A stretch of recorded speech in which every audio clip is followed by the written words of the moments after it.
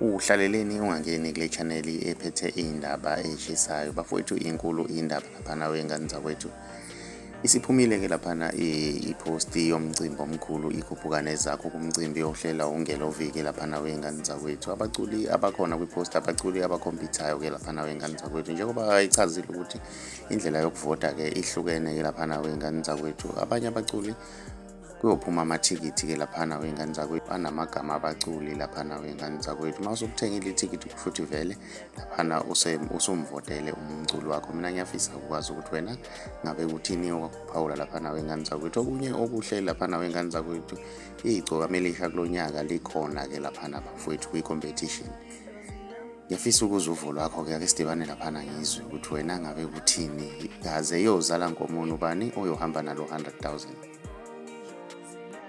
Uma umusha ngiyacela wenze okulungile, ucinze usubscribe, cinzene phela ukuze uzothola njalo ama-notification uma siposta ividiyo entsha. Siyichanele ehamba phambili, umkhanya kude, sithi siyabonga.